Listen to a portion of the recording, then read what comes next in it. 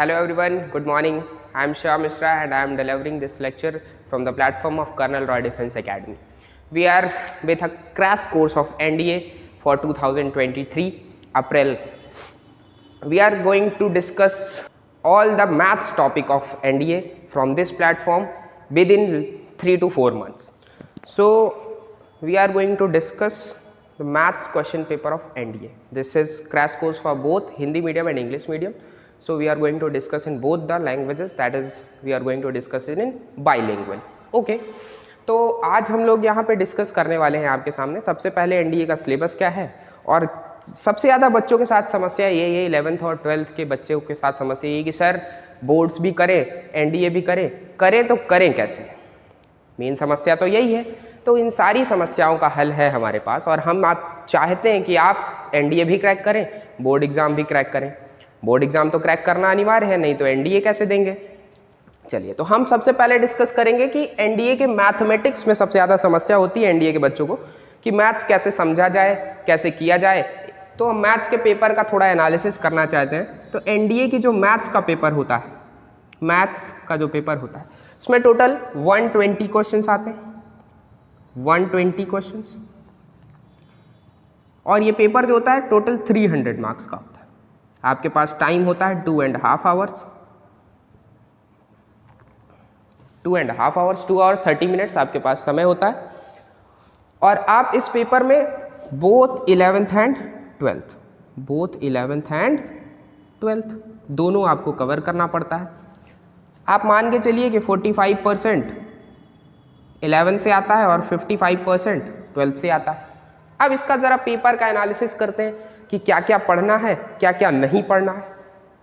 तो अगर बात की जाए मैथ्स के पेपर की तो 120 क्वेश्चंस आते हैं। आपको तैयार दोनों करना पड़ेगा, 11th भी पूरा पढ़ना पड़ेगा और 12th भी पूरा पढ़ना पड़ेगा। लेकिन क्या 11th और 12th वैसे पढ़ना है जैसे बोर्ड्स में पढ़ते हैं? तो वैसे बिल्कुल नहीं पढ़ना है। आपको एनडीए के लिए बेसिक कॉन्सेप्ट्स क्लियर रखने हैं, अपने एनसीईआरटीज़ क्लियर रखनी है और उसके बाद आपको पीवाईक्यूज़ लगाने हैं। पीवाईक्यूज़ लगाने बहुत इंपॉर्टेंट है। एनसीईआरटी आपका बेस होगा प्लस पीवाईक्यूज़ जो कि प्रीवियस ईयर क्वेश्चंस जो होते हैं उनको आप लगाएंगे तो आपका एनडीए क्लियर होगा। इसकी वजह से आप एग्ज़ाम भी अच्छा दे पाएंगे। और करने कितने हैं?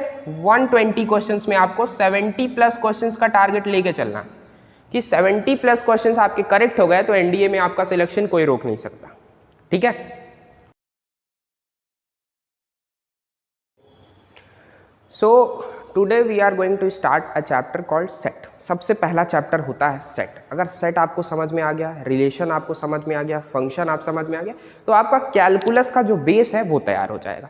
अब जब तक कैलकुलस नहीं आएगी तो कैलकुलस में आपके कितने चैप्टर्स आते हैं? सेट, रिलेशन, फंक्शन, फिर इसके बाद limit, continuity, differentiability, differentiation, application of differentiation, integration, application of integration और डिफरेंशियल इक्वेशन भी इसमें मैं इंक्लूड करके ही चलता हूँ। तो सबसे पहले समझते हैं कि सेट होता क्या है। बहुत बेसिक सी डेफिनेशन है सेट की, लेकिन बहुत बेसिक डेफिनेशन ही बहुत लोगों को नहीं आती। चलो डिस्कस करते हैं कि सेट क्या होता है। तो जैसे हमारे पास हमको बचपन से कोई नहीं सिखाता कि काउंटिंग कैसे करते हैं। कोई सिखाता है? कोई नहीं सिखाता। जैसे अगर बचपन से हमको कह दे कि कितने ट्रीज़ हैं हमारे पास, कितनी चेयर्स हैं, कितने टेबल्स हैं, कोई सिखाया? कोई नहीं सिखाया। फिर भी हम अपने से सीख जाते हैं, अपने से ये चीज़ सीख जाते हैं। तो बाई इसे कहते हैं प्रिमिटिव कॉन्सेप्ट, है ना। जैसे चलो मान लो इंसान को तो कोई सिखा भी देगा, पशु पक्षियों को मान लो कि कोयल है, उसके पास उसने घोंसला बनाया और घोंसले में 3 अंडे दिए, ठीक है। और उसका किसी ने एक अंडा उठा के ले गया तो कोयल क्या करेगी? कोयल क्या करेगी? उसको दौड़ाएगी। दौड़ाएगी क्यों दौड़ाएगी? क्योंकि उसको पता है कि 3 में से 1 कम हो गया, है ना। उसको तो किसी ने काउंटिंग सिखाई नहीं, सिखाई, फिर भी उसको कैसे आता है? तो इसका मतलब वो नेचुरल नंबर का जो कॉन्सेप्ट है वो प्रिमिटिव है। किसी ने उसको किसी को सिखाया नहीं, बट वो बाय नेचर अपने आप डेवलप हुआ है। इसी तरह सेट का कॉन्सेप्ट है। तो सेट की अगर कोई आपको कहे कि एक्चुअल डेफिनेशन बता ही दो, तो एक्चुअल डेफिनेशन तो है ही नहीं, पर कुछ डेफिनेशन तो होनी चाहिए ना कि सेट है क्या, कैसे हम डिफाइन करेंगे सेट। तो डिफाइन करने का तरीका क्या है? तो एक प्रॉपर डेफिनेशन सेट की क्या कहती है कि a collection of well defined distinct objects. अब इसका मतलब क्या है? सर बहुत अच्छे वर्ड्स में लिख दिया आपने पर मतलब नहीं समझाया। तो ध्यान से देना, इसका थोड़ा सा पोस्टमार्टम करेंगे इस डेफिनेशन को और समझेंगे होता क्या है। पहला वर्ड है इसमें कलेक्शन। अच्छा, कलेक्शन कैसे बनेगा भाई? ग्रुप ऑफ ऑब्जेक्ट्स ले लो तो कलेक्शन बन जाएगा। पहला वर्ड इसमें क्या है? कलेक्शन। पर कैसा कलेक्शन? क्या सारे कलेक्शन सेट होंगे? क्या ज़रूरी है ये बात? ये तो बहुत बड़ा क्वेश्चन है कि सारे कलेक्शंस क्या सेट होंगे? नहीं, सारे कलेक्शंस तो सेट नहीं होंगे। चलो फिर क्या होनी चाहिए बात भाई? कलेक्शन सारे सेट्स नहीं होंगे, पर कुछ कलेक्शंस हैं जो सेट होंगे। तो कौन से कलेक्शंस होंगे? तो उस कलेक्शन का वेल डिफाइंड होना बहुत ज़रूरी है। तो वेल डिफाइंड क्या चीज़ है? अब वेल डिफाइंड तो यार नया वर्ड आ गया हमारे सामने। तो वेल डिफाइंड का मतलब क्या है, यहाँ पे समझाते हैं आपको। वेल डिफाइंड का मतलब क्या है भाई? वेल डिफाइंड का मतलब है कि हम खुद डिसाइड कर सकें, हम खुद डिसाइड कर सकें कि किसी भी सेट में कौन सा ऑब्जेक्ट इंक्लूड करना है या एक्सक्लूड करना है। मतलब किसी सेट में कौन सा ऑब्जेक्ट आएगा या नहीं आएगा। जैसे कि एग्जाम्पल के तौर पर, ज़रा एग्जाम्पल देखिए, collection of first 20 natural numbers. अच्छा, आपसे अगर कोई पूछ ले क्या इसमें नंबर 55 इस सेट के अंदर होगा कि नहीं होगा, आप तुरंत बता देंगे कि नहीं, फर्स्ट 20 नेचुरल नंबर्स में 55 आता ही नहीं है, तो इसका मतलब 55 इसके अंदर नहीं होगा। अच्छा, अगर कोई पूछ ले इसमें 19 होगा, बिल्कुल होगा। फर्स्ट 20 नेचुरल नंबर्स में 19 होगा। मतलब इस सेट के अंदर कौन से एलिमेंट्स आने हैं और कौन से नहीं आने हैं, ये आप खुद डिसाइड कर पा रहे हैं, इसी को कहते हैं वेल डिफाइंड। चलो अच्छा, पहला एग्जांपल देख लेते हैं। A collection of top 10 singers. अच्छा, मान लो टॉप 10 सिंगर्स हैं कौन, ये कौन डिसाइड करेगा? चलो मैं कह रहा हूँ, किसी एक बंदे से मैंने पूछा कि भैया टॉप 10 सिंगर्स कौन होते हैं, उसने बता दिया 10 सिंगर जो भी आपको याद है ना, गम भरे गाने जो भी सुनते हो उसमें से बता दिया कि 10 सिंगर्स के नाम कौन कौन से हैं। चलो किसी और से पूछा, वो कह रहा है नहीं सर ये नहीं होते हैं टॉप 10 सिंगर्स, ये होते हैं। मतलब इंक्लूजन और एक्सक्लूजन जो है, जो किसी सेट में कौन सा एलिमेंट आएगा और कौन सा नहीं आएगा, ये सबके लिए अलग अलग हो गए। कोई एक लोग से पूछेगा तो कुछ और होगा इसमें, किसी दूसरे से पूछेंगे तो कुछ और हो जाएगा। मतलब ये जैसा भी कलेक्शन है ये वेल डिफाइंड नहीं है। ये क्या है? वेल डिफाइंड नहीं है। और यहाँ पर ये पूरी तरह से वेल डिफाइंड है। अच्छा, collection of first 20 even natural numbers की अगर हम बात कर रहे हैं, मतलब कि पहले 20 इवन नेचुरल नंबर्स हैं, ये भी वेल डिफाइंड है। आपको क्लियरली दिख रहा होगा कि इसके अंदर अगर पूछ ले 3 आता है तो नहीं, 3 तो इवन नंबर है ही नहीं, तो कैसे आएगा? तो ये भी वेल डिफाइंड है। अच्छा, अब एक और चीज़ है डेफिनेशन में, ज़रा ध्यान दो। Distinct objects. डिस्टिंक्ट ऑब्जेक्ट्स का मतलब क्या है? डिस्टिंक्ट ऑब्जेक्ट्स का सीधा सा मतलब ये है कि अलग अलग ऑब्जेक्ट्स। कैसे अलग अलग ऑब्जेक्ट्स? एक एग्जांपल के तौर पे हम आपको समझाते हैं। मान लीजिए एक सेट ले रहे हैं 1 1 2 2 2 3 3 3 3। अब देखो इसमें कोई पूछे कितने नंबर ऑफ एलिमेंट्स हैं, तो देखो किसी भी सेट के अंदर नंबर ऑफ एलिमेंट जो एक बार आ जाएगा वो दोबारा नहीं आना चाहिए। अगर दोबारा आ रहा है तो उसको हम एक ही बार लिखेंगे। मान लीजिए इस सेट को हमको लिखना है तो ये लिखेंगे 1 2 और 3 बस। क्योंकि 3 4 बार रिपीट हो, 10 बार रिपीट हो, 50 बार रिपीट हो, उससे कोई फर्क नहीं पड़ना है। डिस्टिंक्ट ऑब्जेक्ट होना चाहिए, तभी वो कहलाएगा सेट। सेट की डेफिनेशन क्लियर हो गई। अभी तक हमने बात की कि सेट क्या होता है, सेट की बेसिक डेफिनेशन क्या है। अब हम बात करेंगे कि सेट को रिप्रेजेंट कैसे करें। मैथ एक बहुत बढ़िया लैंग्वेज है, तो मैथ की लैंग्वेज ऐसी है कि इसमें कोई चीज़ डिफाइन एकदम वेल डिफाइंड होती है, या तो होगा या तो नहीं होगा, तो कोई डाउट नहीं रहना चाहिए किसी डेफिनेशन में। चलो अब बात करेंगे किसी सेट का रिप्रेजेंटेशन कैसे करें। तो किसी सेट को रिप्रेजेंट करने के दो तरीके हो सकते हैं। क्या क्या तरीके हो सकते हैं? एक है लिस्टिंग मेथड। लिस्टिंग मेथड क्या है? सेट का नाम दे दिया, कैपिटल लेटर से हमेशा सेट का नाम देंगे, capital A capital B capital C, और उसके जितने एलिमेंट्स थे उसको कर्ली ब्रैकेट के अंदर हमने लिख दिया। तो ये जो मेथड है, ये जो मेथड है इसको कहते हैं लिस्टिंग मेथड, है ना। इस मेथड में क्या है, कैसे भी सेट मान लो कि एग्जांपल हम लेके चल रहे हैं collection of first 10 even natural numbers. Even natural ये आप लोग के लिए नेचुरल नंबर्स, इसको क्या करो, इस कलेक्शन को लिस्टिंग मेथड की तरह दिखाओ। एक सेट मान लो कोई ए और फर्स्ट 10 इवन नेचुरल नंबर्स उसके अंदर ऐसे ही कर्ली ब्रैकेट के अंदर लिख दो, तो ये हो जाएगा क्या, लिस्टिंग मेथड, है ना। किसी सेट को रिप्रेजेंट करेंगे एक लिस्टिंग मेथड।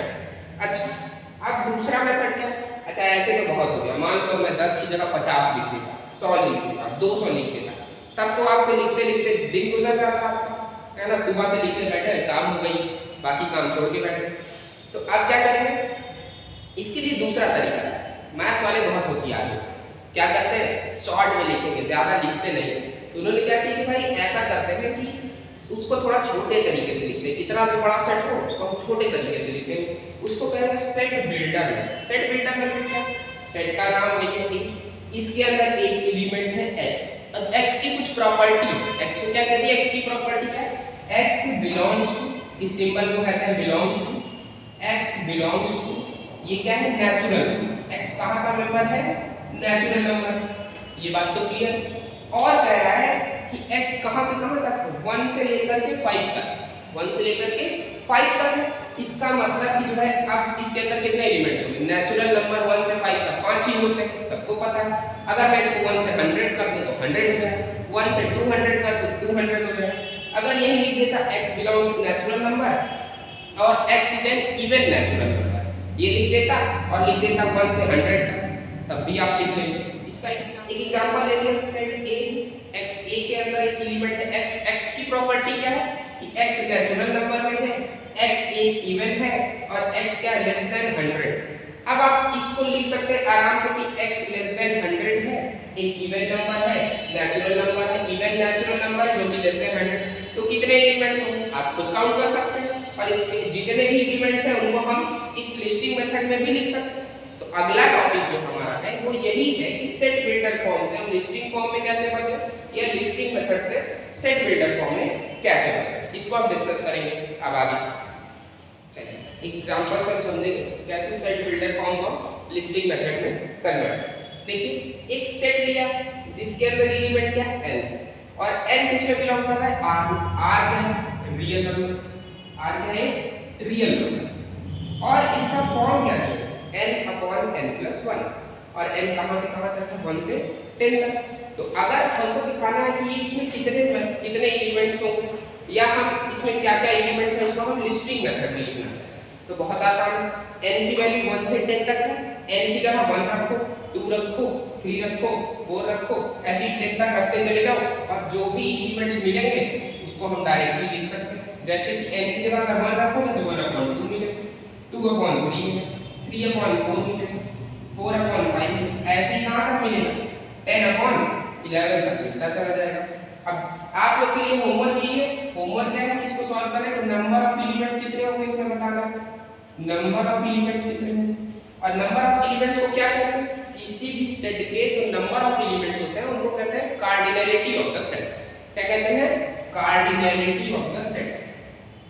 कार्डिनैलिटी क्या होती है, cardinality is number of elements, ये है नंबर, इसको ध्यान रखना, number of elements, elements in a set, किसी सेट में कितने नंबर ऑफ एलिमेंट्स हैं वही उसकी क्या है कार्डिनैलिटी। अगर जैसे पूछो इस सेट की कार्डिनैलिटी कितनी, तो जितने नंबर ऑफ एलिमेंट्स हैं उतनी इसकी क्या होगी कार्डिनैलिटी होगी। क्लियर है, तो अब हम यही बात करने जा रहे हैं कि कार्डिनैलिटी ऑफ द सेट क्या है, कितने टाइप्स ऑफ सेट होते हैं। अच्छा इसके बहुत सारे एग्जांपल, चलिए एक एग्जांपल ये कि मान लीजिए एक सेट है A, n belongs to real number और दिया गया n² upon n² plus 1, n² upon n² plus 1, और n कहां से कहां तक दिया है, 1 से less than equals to n less than equals to 5 तक दिया।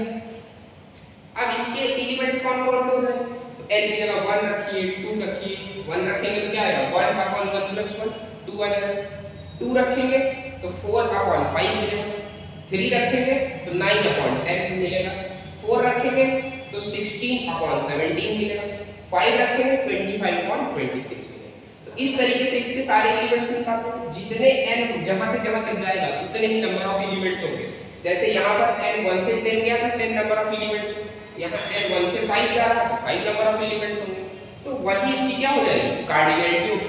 अच्छा इसका उल्टा कन्वर्ट करना थोड़ा सा मुश्किल कैसे, चलो मान लो अगर ये नहीं गिवन होता आपके पास, ये क्या होगा नहीं गिवन, मान लीजिए मैं इसको हटा, चलिए इसको हटा दिया, अब आपके पास ये सेट है, अब ये सेट है आपके पास, चलिए एक एग्जांपल लेते हैं आपके, ये एक सेट है, इस सेट को हमको कह रहा है, ये पहली बात तो लिस्टिंग मेथड में लिखा है, लिस्टिंग मेथड में लिखा है, सबको दिख रहा है। अगर इसको कन्वर्ट करना है सेट बिल्डर फॉर्म में, क्या करना है कन्वर्ट करना है सेट बिल्डर फॉर्म में। अगर अभी तो आपको पता है, पहले ही बता दिया गया कि n/n+1 होगा। अगर नहीं पता होता तब क्या, नहीं पता होता तो हमेशा कोशिश ये करेंगे कि जो भी है, जो भी यहाँ पे लिखा है सेट को, उसको एक जनरल फॉर्म में कन्वर्ट किया जाए। जैसे देखो न्यूमरेटर और डिनोमिनेटर में अंतर कितना है, 1। अगर ऊपर 1 है तो नीचे 2, ऊपर 2 है नीचे 3, ऊपर 3 नीचे 4। ऐसे देखो सब में डिफरेंस कितना है, 1 का। अब इस डिफरेंस को हम जनरल फॉर्म में कैसे लें, मान लो ऊपर 1 है तो नीचे क्या आना चाहिए 2, तो हम अगर ऊपर n लेते हैं तो नीचे क्या आना चाहिए, n+1 आना चाहिए, हमेशा एक ज्यादा आना चाहिए। यही है, इसी तरह तो हमने लिखा था ना इसको कि n था, n क्या है, n+1 है और n belongs to real number, यही लिखा था। और कहां से कहां तक है जरा देखो, 1 2 3 कहां से कहां तक है, 10 तक था, तो हमने लिख दिया था क्या, 1 से less than equal to 10। Clear है बात। तो ये जितनी चीजें हैं, लिस्टिंग मेथड से सेट बिल्डर में कैसे कन्वर्ट करेंगे, सेट बिल्डर से लिस्टिंग मेथड में कैसे कन्वर्ट करेंगे, ये चीजें आपको समझ चलेंगे। अब हम डिस्कस कर रहे हैं कि टाइप्स ऑफ सेट। जरा देखिए सेट के कितने प्रकार हो सकते हैं भाई, तो ज्यादातर डिपेंड करता है कि उसके एलिमेंट्स कैसे हैं। चलिए पहला सेट है एम्प्टी सेट। एम्प्टी सेट को रिप्रेजेंट करते हैं इस सिंबल से, है ना, ये 5 सिंबल कहलाता है। और एम्प्टी सेट को ऐसे भी रिप्रेजेंट करते हैं। इसका मतलब है कि इसके अंदर नंबर ऑफ एलिमेंट्स कितने हैं, 0 है। इसके अंदर नंबर ऑफ एलिमेंट्स कितने हैं, 0 है। और इसकी कार्डिनैलिटी कोई पूछे तो वो भी कितनी होगी, 0। दूसरा सेट आता है सिंगलटन सेट। सिंगलटन नाम से ही समझ में आ रहा है, सिंगलटन। सिंगलटन का मतलब है इसके अंदर कितना एलिमेंट होगा, 1 होगा। नंबर ऑफ एलिमेंट्स कितने होंगे इसके अंदर, नंबर ऑफ एलिमेंट्स 1 होगा। नंबर ऑफ एलिमेंट कितना होगा, 1 होगा। इसीलिए इसको क्या कहा जाता है, सिंगलटन सेट कहते हैं। इसको ऐसे रिप्रेजेंट कर सकते हैं, मान लो एक एलिमेंट है इसके अंदर 1, 2 दूसरा एलिमेंट, ये सारे क्या है, सेट ए कह दिया इसको, ये सेट बी। तो ये क्या है, सिंगलटन सेट, ठीक है। इसका एग्जांपल है, बहुत अच्छा example, collection of all even prime numbers. Collection of all even prime numbers. अच्छा सर कैसे इवन प्राइम नंबर्स, कैसे कलेक्शन ऑफ सिंगलटन, कितने प्राइम नंबर्स होते हैं, प्राइम नंबर्स होते हैं क्या, प्राइम नंबर्स ऐसे नंबर्स होते हैं जिसके सिर्फ 2 डिवाइजर्स हैं, 1 और इटसेल्फ, है ना। प्राइम नंबर वो नंबर है जो सिर्फ 1 से कट जाए और सिर्फ इटसेल्फ मतलब खुद से ही कट जाए।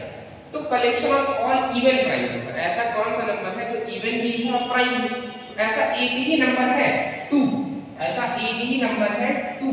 तो ऐसे कलेक्शन को क्या कहेंगे, ये क्या है, singleton set. Collection of all even prime numbers, सिर्फ एक ही एलिमेंट है 2 जो कि इवन भी है और प्राइम भी। तो ये कैसा सेट है, सिंगलटन सेट। चलो अब बात करते हैं फाइनाइट सेट। तो फाइनाइट सेट से वैसे ही नाम से समझ में आ रहा है, फाइनाइट। फाइनाइट का मतलब है कि नंबर ऑफ एलिमेंट्स जो होंगे वो फाइनाइट हो, मतलब हम उसको काउंट कर सकते हैं, 10 20 50 100 200 कुछ भी हो सकता है, बट हम उसको क्या कर सकते हैं, काउंट कर सकते हैं। तो फाइनाइट नंबर ऑफ एलिमेंट्स, इसके अंदर क्या होंगे, फाइनाइट नंबर ऑफ एलिमेंट्स, ठीक। अब बात करें अगर इनफाइनाइट सेट। अच्छा इसके बहुत सारे एग्जांपल, फाइनाइट सेट के बहुत सारे एग्जांपल्स हैं, आप कितने भी एग्जांपल ले सकते हैं। हम यही अभी तक जो एग्जांपल ले रहे थे वो सारे हैं। एक सेट ले लिया A जिसके अंदर क्या दिया, n है और n 1 से less than equals to n less than equals to 5 है, और क्या है, n belongs to natural number, n belongs to natural number. तो ये भी क्या है, फाइनाइट सेट। इनफाइनाइट सेट की बात करें, इनफाइनाइट सेट कैसा सेट, एक ऐसा सेट जिसके नंबर ऑफ एलिमेंट्स हम काउंट नहीं कर सकते, उसमें अनंत नंबर ऑफ एलिमेंट्स है, इनफाइनाइट नंबर ऑफ एलिमेंट्स है, उसको हम क्या कहते हैं। तो यहाँ अगर हमको लिखना है तो हम लिख सकते हैं इनफाइनाइट नंबर ऑफ एलिमेंट्स, है ना। एक सेट लेंगे, सेट ए या नेचुरल नंबर का जो सेट है, जो रेशनल नंबर का सेट है, जो रियल नंबर का सेट है, जो कॉम्प्लेक्स नंबर का सेट है ना। ये सारे सेट्स क्या हैं, इनफाइनाइट सेट्स। इनकी जो क्या कहते हैं, नंबर ऑफ एलिमेंट्स है बहुत सारे, अनंत है, इनफाइनाइट नंबर ऑफ एलिमेंट्स है ना। ये इनफाइनाइट सेट है, बट इसमें से नेचुरल नंबर काउंटेबल सेट है। अभी वो आप लोगों के सिलेबस में नहीं है इसलिए हम पढ़ा नहीं रहे, तो काउंटेबल अलग होता है, इनफाइनाइट अलग। चलिए अब बात करते हैं इक्विवेलेंट सेट। इक्विवेलेंट और इक्वल सेट बहुत कंफ्यूजन होती है तो दोनों में। इधर इक्विवेलेंट सेट क्या है, इक्वल सेट है। तो इक्विवेलेंट सेट की अगर बात करते हैं, दो सेट्स मान लीजिए हम रेड कर रहे हैं ए एंड बी, दो सेट है, तो दोनों सेट्स को हम इक्विवेलेंट सेट तब कहेंगे जब नंबर ऑफ एलिमेंट्स दोनों में क्या हो, सेम। आर इक्विवेलेंट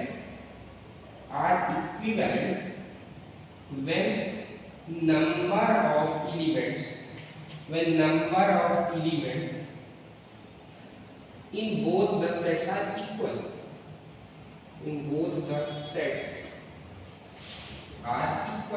मतलब दोनों सेट्स में नंबर ऑफ एलिमेंट्स इक्वल होने चाहिए।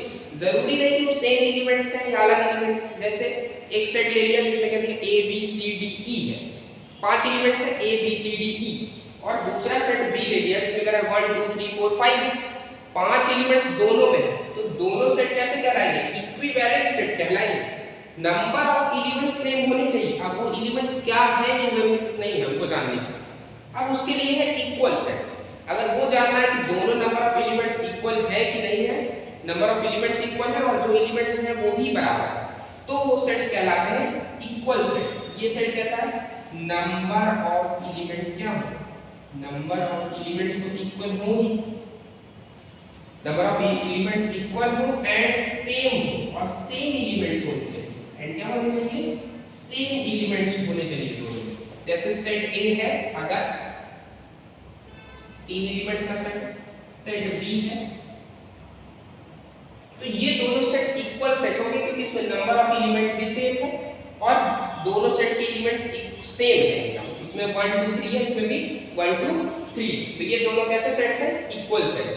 और इक्विवेलेंट सेट क्या, ये दोनों इक्विवेलेंट भी हैं और इक्वल भी। तो हम ये कह सकते हैं कि every equal set is an equivalent set. Her equal set क्या होता है, इक्विवेलेंट होता है, बट इसका कन्वर्स ट्रू नहीं होता। मतलब अगर दो सेट्स आपस में इक्विवेलेंट है, इसका ये मतलब नहीं कि वो इक्वल है ना। अब डिस्कस करते हैं कि भाई टाइप्स ऑफ सेट हो गए, अब डिस्कस करते हैं कि सबसेट है।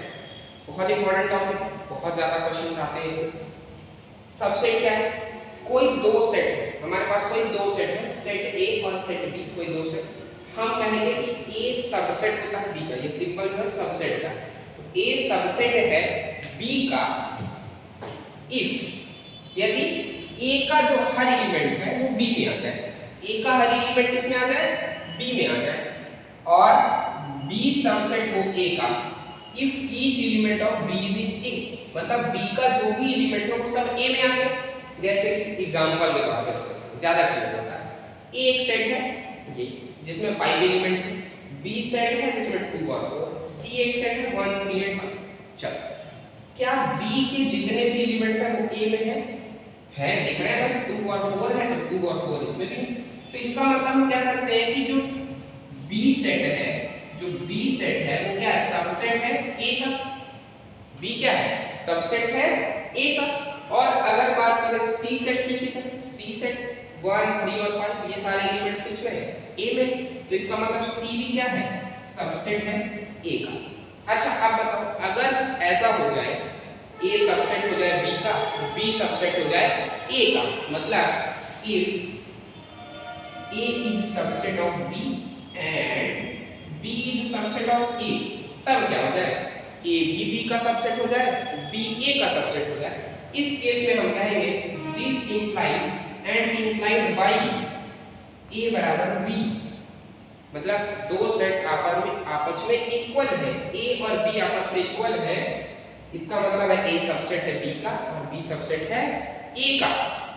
एग्जांपल तो आपके पास बहुत सारे होंगे, कोई भी दो इक्वल सेट्स ले लीजिए, सेट ले लिया 1 2 3 4, बी सेट ले लिया 3 2 1 4। आप देखो ए सबसेट है बी का, बी सबसेट है ए का, इसका मतलब ए और बी आपस में क्या है, बराबर है ना। जो भी एलिमेंट्स ए में है वही एलिमेंट्स बी में भी, तो ए और बी आपस में कैसे हो गए, इक्वल सेट्स हो गए।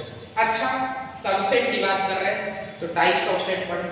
इम्पटी सेट की बात करते हैं तो जो इम्पटी सेट होता है वो सारे सबसेट्स का क्या होता है, सबसेट होता है। तो five is subset of every set, her set का सबसेट होता है 5। और every set is subset of itself, every set is subset of itself. भाई खुद का सबसेट तो होगा ही ना, ए का सबसेट होगा, बी का सबसेट होगा, तो every set is a subset of itself. Her set खुद का ही क्या होता है, सबसेट होता है। तो ये हो गया सबसेट का कॉन्सेप्ट। अच्छा यही बता देते कि नंबर ऑफ सबसेट्स कैसे निकालेंगे, नंबर ऑफ सबसेट्स कैसे निकालेंगे। तो चलो फॉर्मूला लिख लेते हैं, फिर एक क्वेश्चन कराते हैं। आप डिस्कस करते हैं कि नंबर ऑफ सबसेट्स कितने होते हैं किसी भी सेट के। मान लीजिए एक सेट है हमारे पास जिसमें n एलिमेंट्स है। कितने एलिमेंट्स हैं, n एलिमेंट्स। अगर n एलिमेंट्स का कोई सेट है तो उसके नंबर ऑफ सबसेट्स कितने होंगे हमको निकालना। तो इसके लिए डायरेक्ट फॉर्मूला होता है number of subsets of n elements 2 की पावर n होता है। एक सेट है, मान लीजिए सेट है जिसमें 3 एलिमेंट्स है, तो इसकी कार्डिनैलिटी कितनी हो जाएगी, इसकी कार्डिनैलिटी की अगर बात करें तो कार्डिनैलिटी इसकी 3 हो जाएगी, क्योंकि नंबर ऑफ एलिमेंट्स कितने हैं, 3। अगर नंबर ऑफ एलिमेंट्स 3 हैं तो इसके नंबर ऑफ सबसेट्स कितने होंगे, 2 की पावर n फॉर्मूले से 2 की पावर 3 8 हो जाएंगे। अब प्रॉपर सबसेट्स की बात करते हैं। तो प्रॉपर सबसेट्स की जब भी बात करेंगे तो नंबर ऑफ प्रॉपर सबसेट्स होते हैं 2 की पावर n माइनस 1। अगर 2 की पावर 3 इसकी कार्डिनैलिटी है तो इसके प्रॉपर सबसेट्स कितने हो जाएंगे, 7। अगर कह दूं, एक एग्जांपल है कि number of proper subsets, number of proper subsets of a set containing 8 elements. एक सेट है जिसके अंदर कितने एलिमेंट्स हैं, 8 एलिमेंट्स हैं, तो इसके नंबर ऑफ प्रॉपर सबसेट्स कितने होंगे। तो बहुत आसान है, अब आपके पास फॉर्मूला है 2 की पावर n माइनस 1 और n तो पहले ही दिया गया है, तो 2 की पावर 8 माइनस 1। एकदम क्लियर है। चलो अब बात करेंगे कि जैसे देखो 5 तो सबका सबसेट होता है और 5 प्रॉपर नहीं होता, इसीलिए हम इसमें से 1 माइनस कर देते हैं, 5 को हटा देते हैं। तो इम्प्टी सेट जो होता है, जो empty set is not included, ये इंक्लूड नहीं किया जाता, नॉट इंक्लूडेड। इम्प्टी सेट को हम इंक्लूड नहीं करते, इसीलिए हटा देते हैं और इसको क्या कर देते हैं 2 की पावर n माइनस 1 लिख देते हैं। अच्छा अब बताइए, मान लीजिए कोई सेट है 5 के अंदर 5, ऐसे कोई सेट है 5 के अंदर 5। अब ये कह दिया जाए सिंगलटन 5, इसको सिंगलटन 5। चलो अब इस सेट की कार्डिनैलिटी पूछी जाए, सिंगलटन 5 की कार्डिनैलिटी पूछी जाए, तो 5 तो इम्प्टी सेट है, लेकिन ये क्या है, ये देखो एक सेट है उसके अंदर एक एलिमेंट है 5, है ना। तो इसकी अगर कार्डिनैलिटी पूछी जाए तो इसकी कार्डिनैलिटी कितनी हो जाएगी 1, क्योंकि देखो 5 तो इम्प्टी सेट है, उसकी कार्डिनैलिटी 0, लेकिन 5 किसी और सेट के अंडर में आ गया है, इसलिए उसकी क्या है कार्डिनैलिटी 1 हो गई।